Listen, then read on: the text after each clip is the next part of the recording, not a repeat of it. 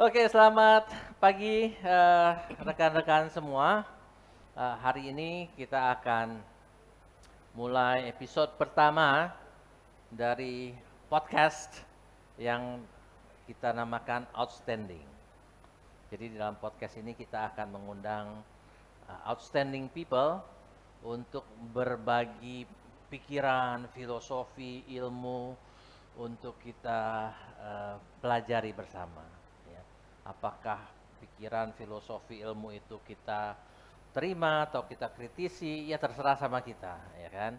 Karena kita sendiri mungkin punya pikiran yang berbeda, punya pandangan yang beda, punya ilmu yang berbeda, ya, punya sepatu yang beda, ya. Jadi dengan demikian eh, kita memperluas wawasan kita, ya, dan juga eh, ya memperkaya eh, keilmuan dari masyarakat kita, ya. Jadi buat audiens atau yang menyaksikan ini yang merasa outstanding bisa menghubungi saya di email dr.bayuhi@gmail.com untuk bisa kami undang dalam podcast outstanding ini, ya. Dan outstanding pertama ini kita mengundang eh, orang yang sangat outstanding, yaitu Ibu Sri Savitri. Beliau ini adalah Indonesia Customer Experience Professional, ya, dan beliau sehari-hari bertugas di Telkom University. Betul, Bu? Telkom Indonesia, Telkom Indonesia. Di Telkom Indonesia sebagai apa, Bu? Head of Digital Education Ecosystem. Head of Digital Education Ecosystem.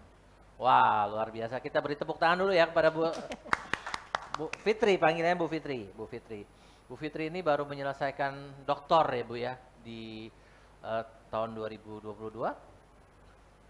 di Universitas mana Bu? Brawijaya. Universitas Brawijaya. Dan kemudian disertasinya judulnya apa Bu? Dampak dari Customer Experience Management terhadap marketing performance, Aha. di mana objek studinya adalah industri telekomunikasi, informasi, dan komunikasi di Indonesia. Oke, jadi dampak customer experience terhadap marketing Marketing performance. performance. Intinya ada dampaknya Bu? Enggak. Enggak. Justru yang menariknya Nah. adalah bagaimana biar berdampak. Gitu. Oke. Jadi bagaimana bisa berdampak? Oke, mungkin bisa dieksplor Bu. Bagaimana supaya customer experience bisa berdampak terhadap marketing? Marketing ini diukur dari sales gitu Bu? Atau Dari financial dan non-financial. Oke, dari financial itu ada sales ya. Ya. Kalau non financial ukurannya apa?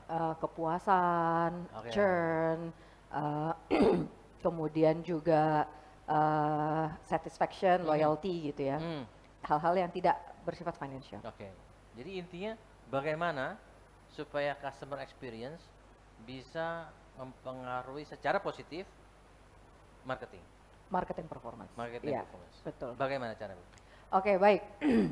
Sebenarnya eh, latar belakang dulu. Saya adalah eh, ketua umum dari Indonesia Customer Experience Professional. Oke. Jadi ini customer experience sudah menjadi tren bagi para marketer di seluruh dunia tepatnya. Kenapa? Karena dengan era transformasi digital saat ini untuk perusahaan dapat bersaing harus memikirkan customer experience. Boleh saya potong dulu Ya. ya? Mungkin kita perlu sepakati dulu yang dimaksud customer experience ini apa Bu? Oke, customer experience itu kalau kita googling itu hasilnya akan ada berapa definisi tentang customer experience. Tapi sederhananya customer experience itu adalah apa yang dirasakan ketika berinteraksi dengan perusahaan atau berinteraksi dengan produk yang digunakan oleh pelanggan tersebut. Boleh dijelaskan lebih rinci, biasanya diukur dengan apa itu? Oke, nah biasanya dengan apa? Yang paling populer di seluruh dunia adalah diukur dengan namanya Net Promoter Score. Net Promoter Score itu mengukur dari skala 0 sampai 10 berapa Net Promoter Score. Jadi 9 sampai 10 dianggap sebagai promoter, 0 sampai 6 dianggap sebagai detractor, 7, 8 adalah pasif. Nah, net promoter score itu adalah promoter dikurangin detraktor, berapa persen gitu. Oke, itu didapatkan dengan survei. Dengan survei. Oke, jadi bukan dengan cara digital ya Bu ya? Survei secara digital. Survei dengan Ya, digital, jadi ya. masih dengan otak bukan dengan behavior ya, dengan pendapat ya. Dengan pendapat, Oke, betul. oke, baik, baik, baik. Oke, nah jadi bagaimana customer itu merasa puas dan kemudian dia sampai dengan level dia merekomendasikan kepada orang lain, itu yang dinamakan customer experience. Oke, dilanjutkan Bu. Nah, kemudian kita lihat adanya perubahan dari prioritas bisnis, perubahan teknologi, perubahan perilaku dari pelanggan itu mau tidak mau mendorong perusahaan, dan tidak hanya sekarang pemerintahan juga melihat yang namanya citizen experience. Jadi bagaimana memperbaiki customer experience dan juga memperbaiki citizen experience. Saking pentingnya customer experience ataupun citizen experience ini, salah satu negara, Pak, contohnya Kingdom of Saudi Arabia sudah membentuk wakil menteri customer experience Wow. di negaranya untuk memenuhi visi 2030 enhance quality of life and better service. Oke. Gitu. Nah, jadi mereka sudah mulai masuk ke situ dan beberapa negara sudah mengukur citizen experience. Nah, mungkin karena kita ini kan adalah digital leader ya, bagaimana kita bisa melihat daya saing Indonesia ke depannya terhadap negara lainnya dalam konteks mungkin citizen experience gitu. Kalau perusahaan melihatnya adalah customer experience. Mungkin perusahaan sekarang yang lagi penting Bu, karena kita lihat di tahun 2023 ini ya, banyak ahli sudah sepakat bahwa akan ada perfect storm yang ada di sana gitu kan, yang walaupun Indonesia saat ini kelihatannya baik-baik saja, tapi kita tetap waspada, dan baik-baik saja Indonesia ini adalah baik-baik saja secara keseluruhan ya. Tapi per industri bisa saja ada yang baik-baik saja dan bagus, tapi ada yang tidak baik-baik saja, ya kan. Nah, bagaimana seperti judul kita hari ini, ya, bagaimana tren customer experience di tahun 2023 ini yang akan menjadi dalam tanda kutip mungkin arah yang perlu dilakukan perusahaan supaya bisa melewati masa-masa waspada ini. Ya, oke. Kalau sekarang kan orang bilang eranya adalah winter tech ya. Jadi era musim dingin di bidang teknologi, banyak kita lihat PHK karyawan gitu ya di bidang teknologi. Walaupun memang orang bilang bahwa there is no winter in Indonesia, kita nggak punya musim winter kan Pak? Ya, kita hanya punya musim hujan sama musim panas. Musim panas, musim hujan, musim banjir. Oh, kirain musim panas, musim hujan, musim duren. Musim duren. Nah, karena kita untuk menghadapi yang namanya winter tech ini, tentunya 2023 ini kita akan melihat untuk perusahaan untuk survive ada 5 tren gitu ya. Yang pertama adalah bagaimana tren untuk memanfaatkan teknologi untuk meningkatkan customer experience sehingga dia bisa mengurangi jumlah pegawai gitu kan ya. Jadi bagaimana memanfaatkan bagaimana memanfaatkan teknologi-teknologi sehingga kita tidak perlu banyak karyawan yang bisa bekerja untuk itu. Kemudian kita sekarang 2023 perusahaan harus mampu melakukan yang namanya integrasi physical dan digital. Phygital. Jadi physical dan digital experience gitu ya. Karena dengan itulah maka kita bisa untuk melihat meningkatkan untuk dari sisi customer experience gitu kan. Jadi seperti yang kita lakukan hari ini Bu ya. Iya, sekarang ini kita physical dan digital gitu jadi hari ya kan. ini sebenarnya buat teman-teman yang melihat podcast ini mungkin tidak melihat bahwa di sini juga ada teman-teman kita dari Digital Leadership Academy dari Kominfo ya yang hadir ya, teman-teman yang digital leaders juga. Ada juga yang nanti nonton podcast kita yang secara digital. Betul. Ya. Nah, yang ketiga adalah yang paling penting adalah every experience matters di dalam era inflasi ini. Jadi kita nggak hanya bisa melihat digital experience dan aplikasi, tapi bisa juga kita harus lihat experience ketika dia datang ke outlet store, atau ketika dia experience-nya ketika bertemu dengan karyawannya atau dengan orang di bidang di pemerintahannya gitu kan ya. Jadi semua experience itu adalah penting. Nah, yang keempat adalah mulailah yang namanya immersive experience. Contohnya kalau kita ke toko nih Pak, beli kacamata nih kayak Bapak ini gitu kan ya. Kita nggak perlu cobain nih satu-satu kacamata, tapi udah pakai VR dan AR udah kelihatan nih kalau pakai kacamata ini makin ganteng atau enggak ya gitu. Nah itu dengan VR dan AR, virtual reality dan juga augmented reality. Nah kemudian yang paling penting yang terakhir ini adalah karena adanya global istilahnya kan stagflation ya, inflasi dan juga stagnan dari sisi ekonomi. Jadi tim CX di setiap perusahaan itu harus bisa melakukan do more with less cost. Nah, jadi bagaimana melakukan banyak upaya-upaya banyak, tapi dengan biaya yang lebih sedikit. Nah, tentunya ini harus memanfaatkan banyak big data. Jadi data-data yang ada dari customer, dari perilaku customer, itu kemudian diterjemahkan untuk memberikan experience yang lebih baik. Karena selama ini mungkin kita mendapatkan data dari pihak luar, dari konsultan dan lain sebagainya. Nah, sekarang dengan adanya kecenderungan ekonomi mengalami resesi, kita harus bisa melihat data yang kita miliki untuk memperbaiki experience supaya kepada kita bisa customer. menembak yang lebih tepat. Betul, ya. Tidak gitu. buang-buang peluru ya. Nggak buang-buang peluru. Betul. Ya. Nah, dari yang 5 tren itu kan kalau kita lihat ada, kita bisa bagi dua ya. Yang satu adalah untuk efisiensi, seperti doing more with less cost gitu kan. Yang kedua menggunakan lebih banyak teknologi supaya mengirit operasional. Yes. Tapi ada juga yang menggunakan teknologi seperti virtual reality untuk menambah customer experience, ya customer engagement gitu ya. Jadi kita bisa bagi dua, satu adalah untuk efficiency, satu untuk effectiveness. Ya. Nah, kalau kita lihat di 2023 ini mungkin apalagi dengan kita makin digital, mungkin lebih banyak orang yang mungkin lebih sulit mendapatkan pekerjaan, ya, sehingga mungkin kemampuan beli masyarakat itu ada yang oke-oke saja karena memang kerja di perusahaan yang masih oke-oke.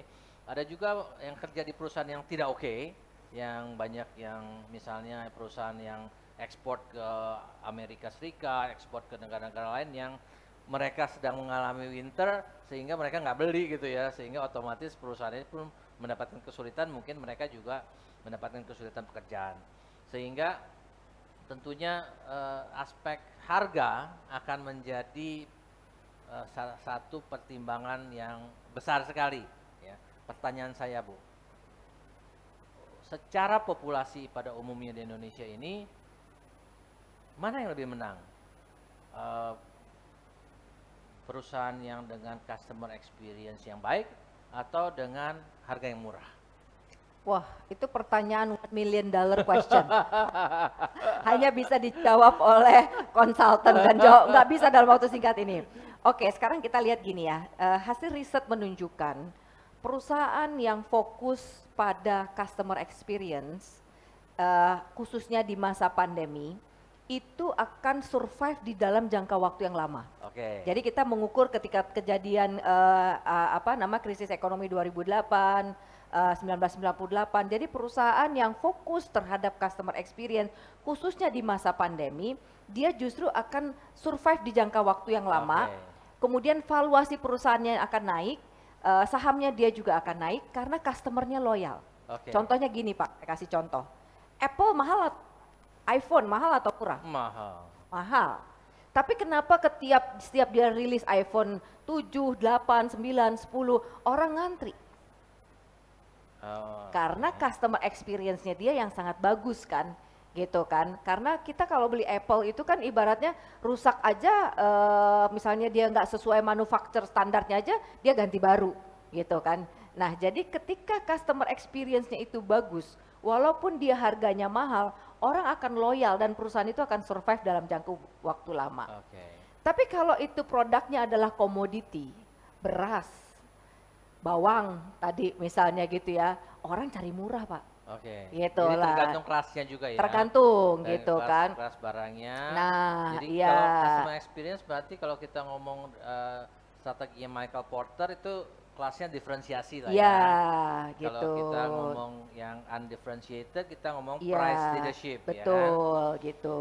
Nah, di kelas diferensiasi sendiri, ya di kelas diferensiasi sendiri, apakah tergantung kelas ekonomi dari konsumennya? Maksudnya adalah kelas ekonomi yang makin atas, makin sensitif terhadap customer experience, customer sosial ekonomi yang lebih bawah lebih sensitif terhadap harga. Ada seperti itu nggak? Bisa juga seperti itu gitu kan ya, tapi memang mau nggak mau di kelas diferensiasi yang paling atas tentunya memang sangat-sangat berharap customer experience yang luar Iya, biasa, yang outstanding iya, gitu ya kan. Bagaimana? Nah, tapi levelnya adalah kan kalau kita lihat level kepuasan itu kan ada satisfy, di atasnya satisfy masih ada lagi iya. delightful Right. gitu. Nah, kalau orang yang level yang piramidanya yang paling atas, dia sudah tidak berharap satisfy. Dia berharapnya adalah delightful. Gitulah. Delightful ada dua elemen penting, Pak. Oke. Yang pertama adalah elemen surprise. Mhm. Jadi orang-orang yang level atas itu untuk customer experience-nya bagus itu dia berharap ada momen di mana dia diberikan surprise. Kaget gitu ya. Iya kan, surprise, keren keren amat gitu ya. banget gitu. Wah. Ternyata saya belum ini dia udah tahu masalah saya gitu Kayak kan. podcast kita, Kayak podcast background gitu, kita. ya kan. Tiba-tiba Keren kita di banget tengah ini. hutan Ah. gitu ya kan. Nah, kemudian yang kedua adalah elemen joy atau fun gitu kan. Oh ternyata dia dikasih ini seperti ini, dia menemukan adanya excitement gitu loh. Nah, jadi ada dua elemen itu sehingga kita bisa memberikan yang namanya delightful. Aha. Tapi kalau level customer misalnya walaupun diferensiasi tapi kita bisa memberikan satisfy gitu, itu sudah cukup gitu Oke. kan. Nah, jadi kita harus bisa memberikan beberapa diferensiasi gitu. Bu bisa berikan karena apa yang kita bicarakan ini kan bukan satu resep untuk semua perusahaan ya Bu ya. Ya, betul. Bisa nggak diberikan gambaran perusahaan yang seperti apa khususnya yang sangat penting untuk customer experience? Karena kita tidak menyangkal bahwa dalam kenyataannya ada perusahaan-perusahaan yang memang price is the most lebih penting gitu ya. Ya. Kita tahulah ada airlines kita ya yang tiap hari ada yang gebrak-gebrak meja, gebrak-gebrak counter, marah-marah, tapi tetap ramai aja gitu kan. Ya. Tapi ada juga yang airline kita yang bagus servisnya, tapi ya juga kesulitan keuangan gitu kan. Ya, Nah, benar. jadi khususnya perusahaan seperti apa yang sangat perlu untuk customer experience? Oke, menurut saya perusahaan yang sangat perlu customer experience adalah perusahaan yang memiliki persaingan, Oke, pesaing. pesaing. Ya kan? Nah, kalau dan juga perusahaan yang tadi masuk di diferensiasi tadi bukan Oke. bukan komoditas Ya. gitu lah. Kalau ada persaingan dan ada komoditas dan dia ingin perusahaannya ini long term, Oke. nah dia butuh melakukan customer experience. Contoh perusahaannya contohnya ya misalnya perbankan Ya. gitu kan, kemudian telekomunikasi, ISP, kemudian Oke. perusahaan-perusahaan asuransi gitu. Ini tentunya bahkan universitas pun sekarang membutuhkan. Kenapa saya kasih contoh ya? Banyak yang berpikir bahwa universitas itu nggak penting customer experience, wrong. Gitu ya, apalagi after pandemi. Iya. Saya kasih contoh kenapa. Sekarang di Indonesia, di Jakarta, sudah ada Monash University Kampus Jakarta. Sudah ada RMIT. Nah, bukan tidak mungkin sebentar lagi ada Harvard, Oxford Jakarta. Ada katakanlah misalnya Stanford Jakarta. Kalau universitas di Indonesia itu tidak berbenah, masih pelayanannya seolah-olah si kampus atau dosen atau kaprodinya itu adalah raja. Kira-kira kalau saya tanya sama beberapa teman-teman saya, kalau ada Harvard Kampus Jakarta, anak kamu masuk UI atau Harvard? Kalau kuat bayar masuk Harvard. Ah, Masalahnya kalau- kuat bayar. Belum tentu juga harganya dia mahal juga, ya kan ibaratnya. Dan kalaupun misalnya Harvard itu lebih mahal gitu loh, ya kan. Tapi kan akhirnya apa? Si universitas di Indonesia akan kehilangan customer yang willing membayar mahal. Kalau boleh Gitu. di-explore, customer experience seperti apa yang perlu dilakukan oleh institusi pendidikan itu? Seperti itu. Nah, customer experience seperti apa? Banyak yang bisa dia lakukan gitu ya. Yang pertama misalnya bagaimana mulai dari kita melihat customer experience itu mulai dari customer journey, Pak. Aha. Dari customer journey ketika student mulai katakanlah mencari informasi pendidikan. Ya kan? Dia harus mudah dicari, websitenya harus gampang, informasinya harus bagus gitu kan. Lalu ketika si mahasiswa itu ingin katakanlah mendaftar, ya kan, daftarnya itu bisa online atau harus datang ke kampus, ya kan. Lalu ketika siswa bersekolah, nah experience itu harus bisa memberikan kombinasi tadi digital, physical dan digital, dan dia bisa di tracking dan ilmunya tentunya bisa tidak hanya sebatas textbook tapi juga bisa berinteraksi dengan industri misalnya. Lalu ketika siswa membayar uang sekolah, lalu ketika siswa mengalami masalah misalnya dengan pendidikan, lalu ketika misalnya orang tua ingin mengakses hasil pendidikan anaknya gitu. Nah, jadi di setiap customer journey ini itu harus dipikirkan bagaimana institusi, universitas ataupun juga perusahaan memperbaiki layanan-layanan di setiap interaksi dengan pelanggan. Kalau mahasiswa jadi mudah lulus ujian itu termasuk nggak? Bisa jadi itu juga satu hal yang bagus gitu. Gimana lulus ujian tapi tetap dapat ilmunya gitu. Ya karena sesungguhnya saya udah mengajar di postgraduate lebih dari 25 tahun loh. Dan saya melihat makin lama makin penurunan kualitas dari mahasiswa postgraduate ya. Sehingga ya zamannya pertama kali saya ngajar dulu di tahun 1997 saya ngajar di MMUI ya. Dulu orang mahasiswa datang aja masih pakai kemeja, pakai dasi, pakai tangan panjang gitu ya. Sekarang bajunya boleh bebas lah. Itu salah satu aspek. Tapi itu mencerminkan waktu itu untuk sekolah S2 aja harus dites mungkin dari tiga aplikan satu diterima. Tapi sekarang kan as long as you pay bisa memenuhi admin, masuk aja gitu kan. Yeah. Dan kemudian harus lulus gitu kan. Karena ada penilaian juga dari Dikti, makin banyak mahasiswa yang nggak lulus, nanti waktu borang makin sulit ya, makin masalah dia gitu kan. Nah, balik kepada customer experience tadi ya.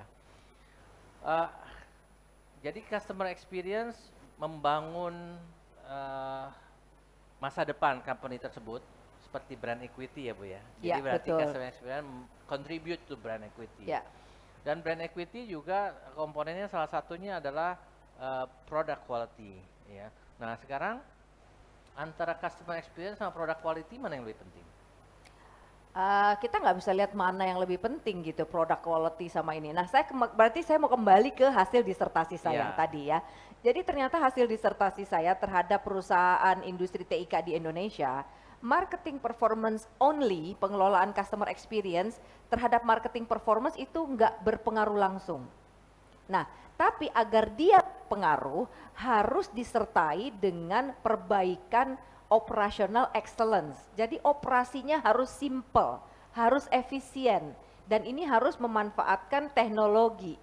Baru customer experience memiliki pengaruh terhadap business performance atau marketing performance.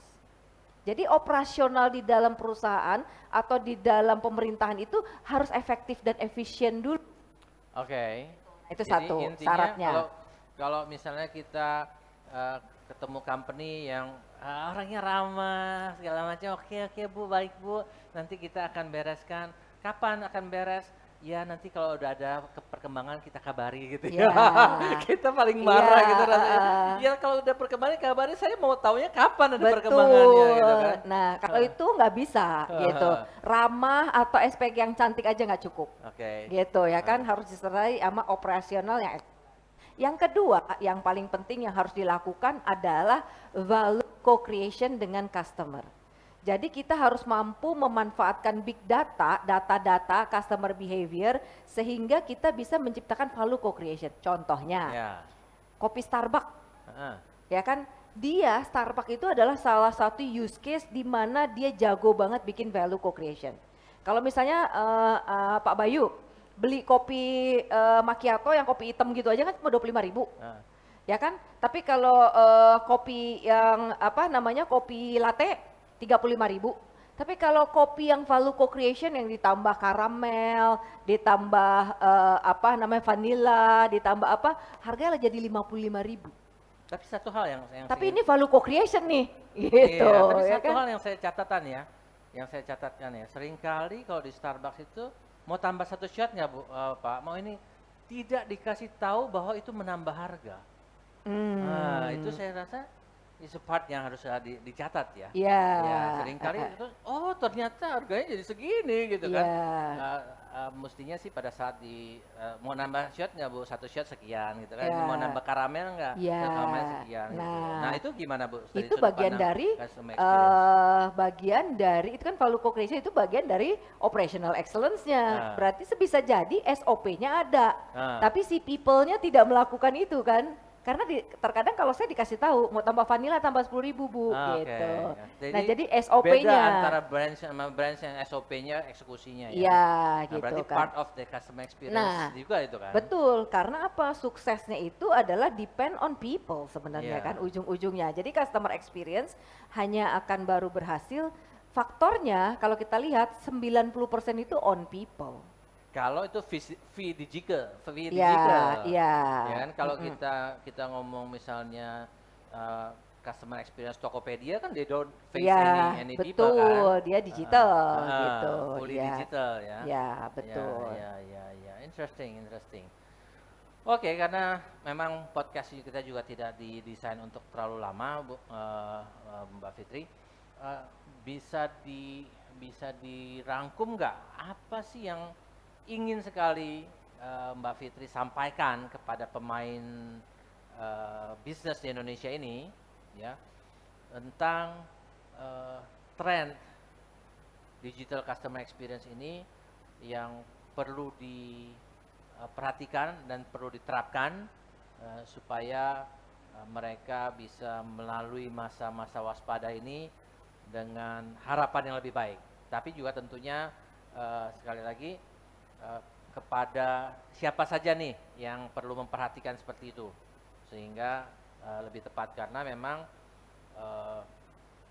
mungkin pada industri-industri tertentu kalau dalam tulisan saya yang sebelumnya itu mereka lebih perlu memperhatikan bagaimana termasuk di situ membuat operational ini lebih efisien sehingga mereka bisa menawarkan produk yang lebih murah. Ya.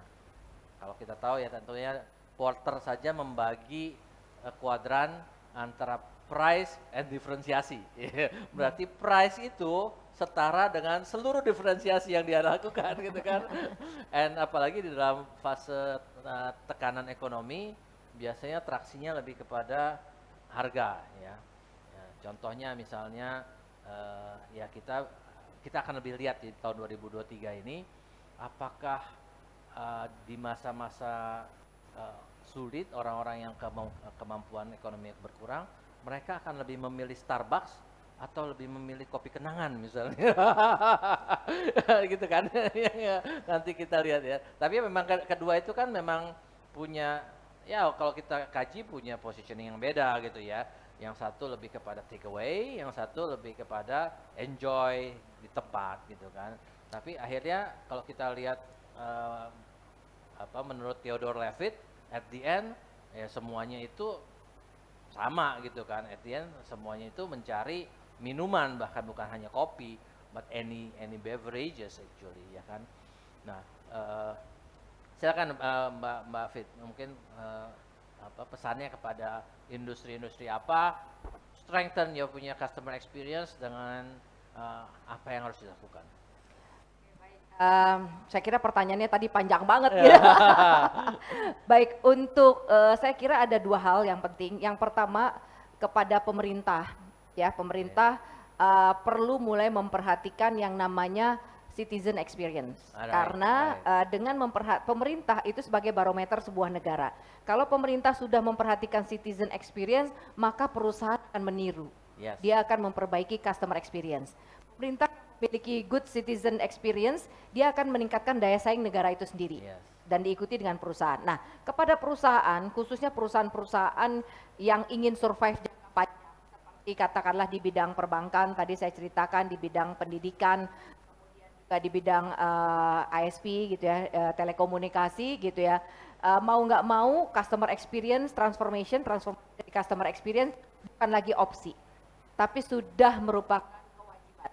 Nah, bagaimana caranya? Kunci suksesnya saya kasih ada 3. Yang pertama untuk sukses di penerapan customer experience adalah top leadership enforcement. Jadi top leadernya harus melakukan enforcement terhadap implementasi customer experience. Begitu juga untuk negara gitu, pimpinan di kantor tersebut harus peduli terhadap citizen experience. Nah, yang kedua adalah bagaimana melakukan streamline operasi tadi ya dengan memanfaatkan teknologi-teknologi yang ada. Kemudian yang ketiga yang paling penting membangun fondasi customer experience mindset dari people yang ada di perusahaan itu atau yang ada di organisasi tersebut gitu ya. Jadi 3 hal tersebut ini yang paling penting di dalam suksesnya customer experience gitu. Tapi karena tadi Bapak bicara mengenai kopi tadi antara kopi Iya. kenangan sama Starbucks, prediksi saya ya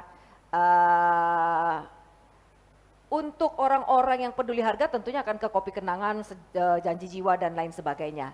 Tapi menurut saya justru yang akan sustain dalam jangka waktu lama adalah perusahaan seperti Starbucks yang memberikan experience gitu kan. Karena sekarang saya perhatikan anak-anak saya yang tadinya hype itu ya untuk beli kopi kenangan dan lain sebagainya itu, sekarang udah balik lagi dia ke Starbucks. Aha. Karena Starbucks tidak tinggal diam. Sekarang dia harganya dia matchingkan dengan harganya kopi kenangan dengan sering buy one get one dan lain sebagainya. Kemudian akhirnya orang kembali lagi ke sana gitu ya. Jadi jangan sampai terjebak dengan harga lalu memberikan experience yang bagus sehingga perusahaan jangka waktu panjang dia akan tertinggal. Dan jangan kalau kita lihat itu hanya di kopi Pak. Tapi kalau kita lihat di brand-brand lain yang harga itu tidak sensitif, contohnya nih ya Pak ya, seperti brand high brand seperti Louis Vuitton, Chanel, Hermes gitu dari sisi fashion atau jam itu Rolex, itu harganya naik terus Pak.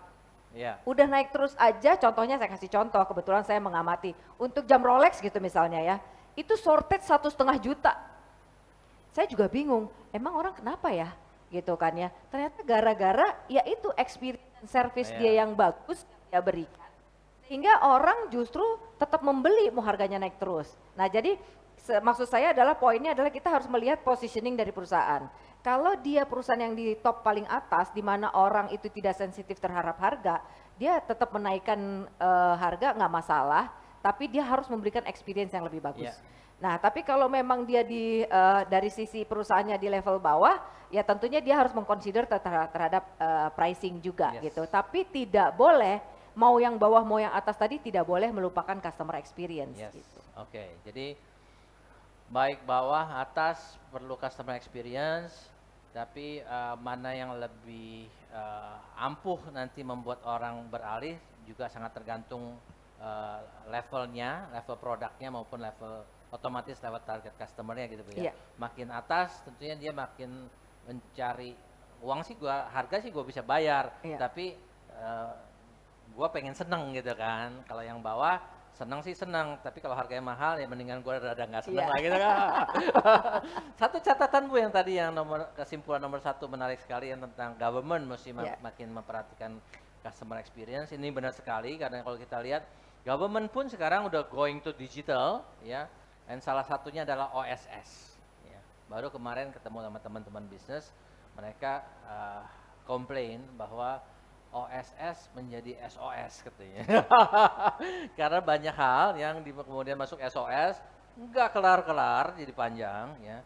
Dan saya sendiri juga mengalami masuk SOS, ada masalah yang ternyata by design OSS itu ternyata salah design, dan nggak ketemu solusinya seperti apa.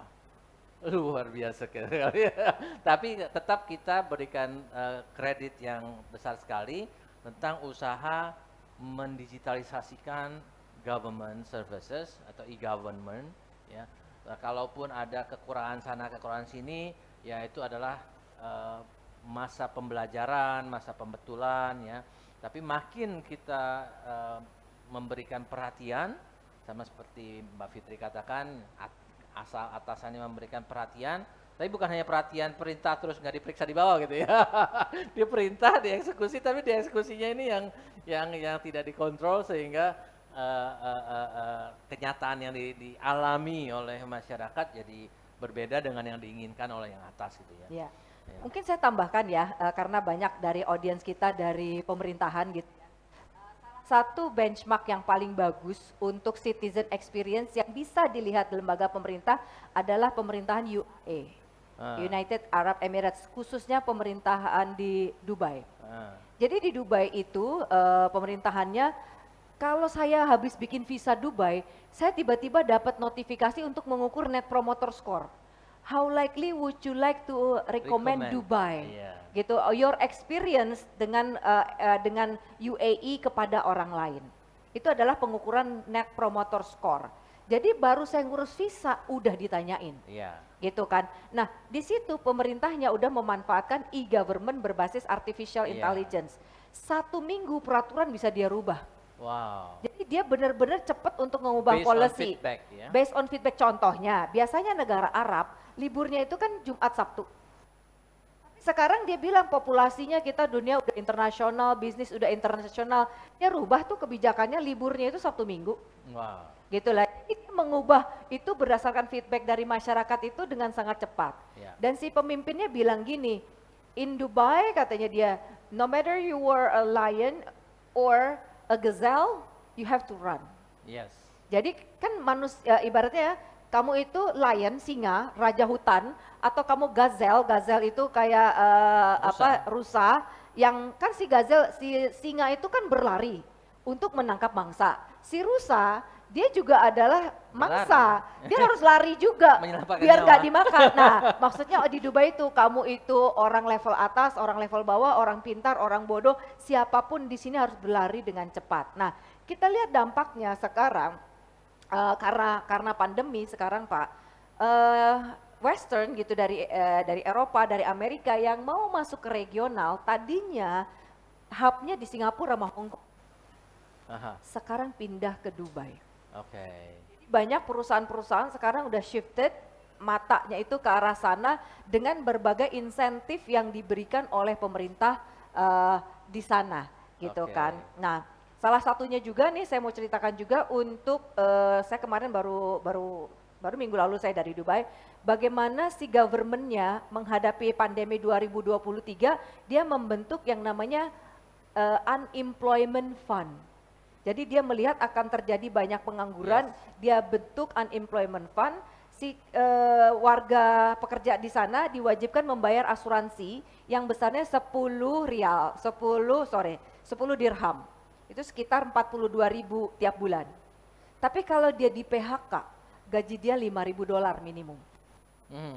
Gitu loh. Maksudnya disubsidi digaji sama pemerintah. Gitu. Jadi dia sudah menyiapkan asuransi dari si employee-nya, kebijakan dari perusahaannya, dan juga menyiapkan sifatnya fund. Asuransi ya. Jadi kalau kita BPJS tenaga kerja kan juga ada tuh ada sisihan untuk. Tapi kalau di PHK kita nggak dapat apa-apa kan? Kita bisa klaim itu.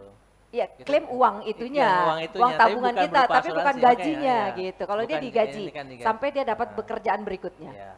Gitu. Nah, jadi bagaimana kita bisa membenchmark citizen experience itu merupakan salah satu hal yang saya rekomend untuk kita untuk bisa sama-sama pelajari. Menggunakan digital. Yes. Tapi memang government kita sih nggak ketinggalan banyak juga, banyak inisiatif, hanya mungkin eksekusinya yang belum terlaksana dengan baik ya. Antara lain kan government kita sudah meluncurkan SPBE, ya kan, sistem pemerintahan berbasis elektronik dan itu kemudian diberikan nilai, kemudian diberikan pengumuman mana kabupaten atau mana daerah yang mendapatkan nilai baik untuk SPBE gitu ya. Saya kira itu perlu kita dukung dengan baik ya Pak ya. Betul. Nah, mungkin kita diukur aja nih, citizen experience-nya berapa. Ya. SPBE-nya siapa yang ngukur gitu ya? Apakah citizen atau yang ngukur pemerintah gitu kan? Bisa, di setiap ini bisa diukur. Iya, Ya. tergantung harusnya lebih kepada feedback dari pemerintah gitu ya. Ya. Good. Oke, jadi audience outstanding people, kita akan menutup podcast kita ya. Menarik sekali podcast kita ini. Dan setelah kita tutup podcast kita yang digital ini, kita akan mengobrol dengan audiens yang hadir di sini gitu ya. Jadi buat outstanding people yang ingin ikut hadir secara fisikal di dalam podcast outstanding people, ya silahkan hubungi kami di dr.bayuhi@gmail.com ya, untuk bisa diundang ke dalam podcast Outstanding People ini, karena ada sesi khusus. Setelah sesi digital ini kita akan berbincang-bincang dengan yang fisikal gitu kan. Dan memang digital ini terus terang punya daya sebar, reachability yang luar biasa besarnya, yang tidak bisa ditandingi dengan cara fisikal ya. Namun kalau kita bilang depth of relationship ya, akhirnya hubungan fisikal itu yang lebih bisa memberikan depth of relationship ya. Jadi kalau kita mau mengejar efficiency, we go for digital, we go for emotional attachment, emotional relationship.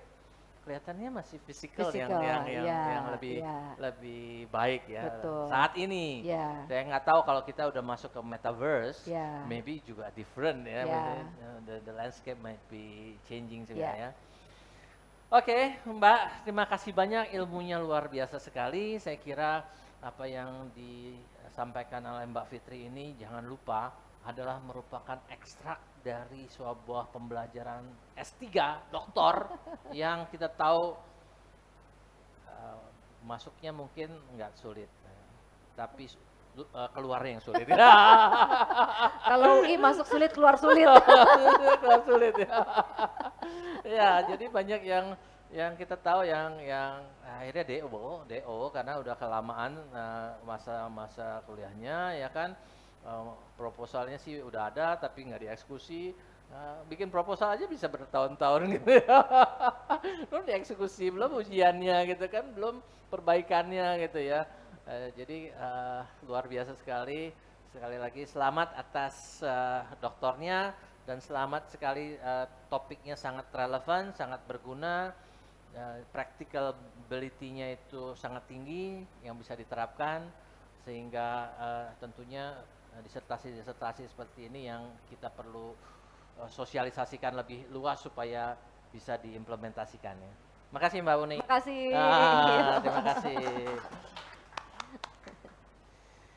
Oke, jadi sekarang saatnya kita ngobrol-ngobrol kita aja. Ya kan? Nggak usah pakai ini dong. Nggak usah pakai ini dong, ya kan? Gimana ada yang ingin ditanyakan?